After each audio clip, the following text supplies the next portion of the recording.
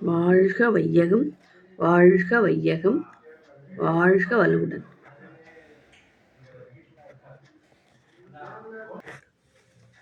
வாழ்க வையகம் வாழ்க வையகம் வாழ்க வளமுடன்.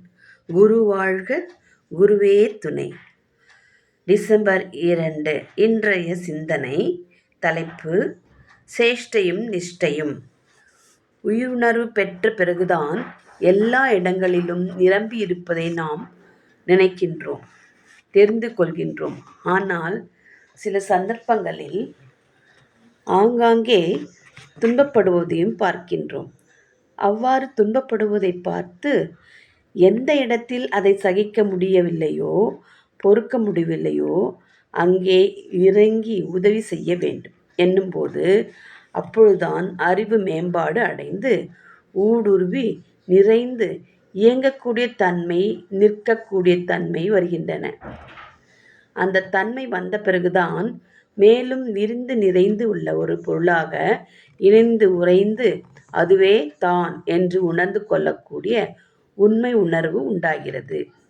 ஜீவன்களில் ஊடுருவி நின்று இன்பத் துன்ப உணர்வுகளை கண்டறிந்து துன்பத்தை உண்டு பண்ணாமல் செயலாற்றவும் துன்பப்படும் உயிர்களுக்கு இதம், அதாவது துன்பத்திலிருந்து விடுதலை, பரிகாரம் அளிக்கவும் உதவி செய்யவும் ஏற்ற எண்ணம் உண்டாகிறது.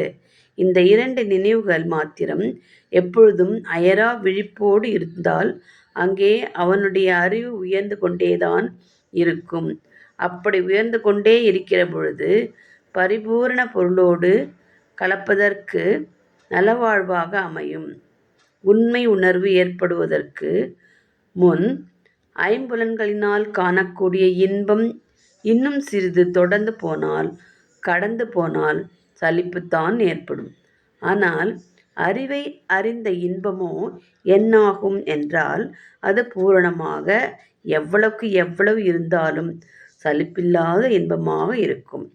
இதைத்தான் நிட்டையிலே பெரிய சுகம், அதாவது பேரின்பம் கண்டோம் என ஒரு ஞானி சொல்லியுள்ளார். இந்த நிலை வராதவர்களுக்கு கட்டையிலே போகும் நாள் வரை கவலைதானே என்றும் கூறுகிறார். விரிந்து பல சாகசங்களை செய்து கொண்டிருப்பது சேஷ்டை.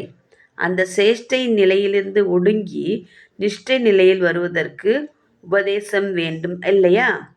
உயிரோடு ஒன்று இருக்க வேண்டும் அல்லவா? அந்த தொடக்கம் இப்போது வந்துவிட்டது. புலன் வளர்ச்சிக்காக எந்த எடுக்கக்கூடிய ஒரு ஆரம்ப கட்டத்திலேயிருந்து அந்த புலன் உணர்ச்சி ஆற்றலே உயிர் ஆற்றலை அழுத்தி கொண்டு அறிவு அறிய முடியாமல் திளைத்து மயக்கத்திலே மயங்கி இருக்கக்கூடிய காலத்திலே அது முழுமையும் துன்பம்தானே. அது எதுவரைக்கும்? தாலி கட்டையிலிருந்து ஒரு கட்டையிலே போகும் மட்டும் கவலைதானே. அவர்களுக்கு உயிர் விடுகிற வரைக்கும் கவலைதான் இருக்கும்.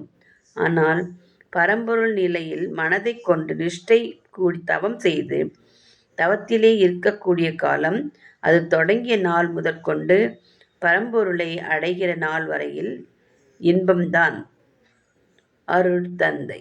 வாழ்க வையகம் வாழ்க வளமுடன்.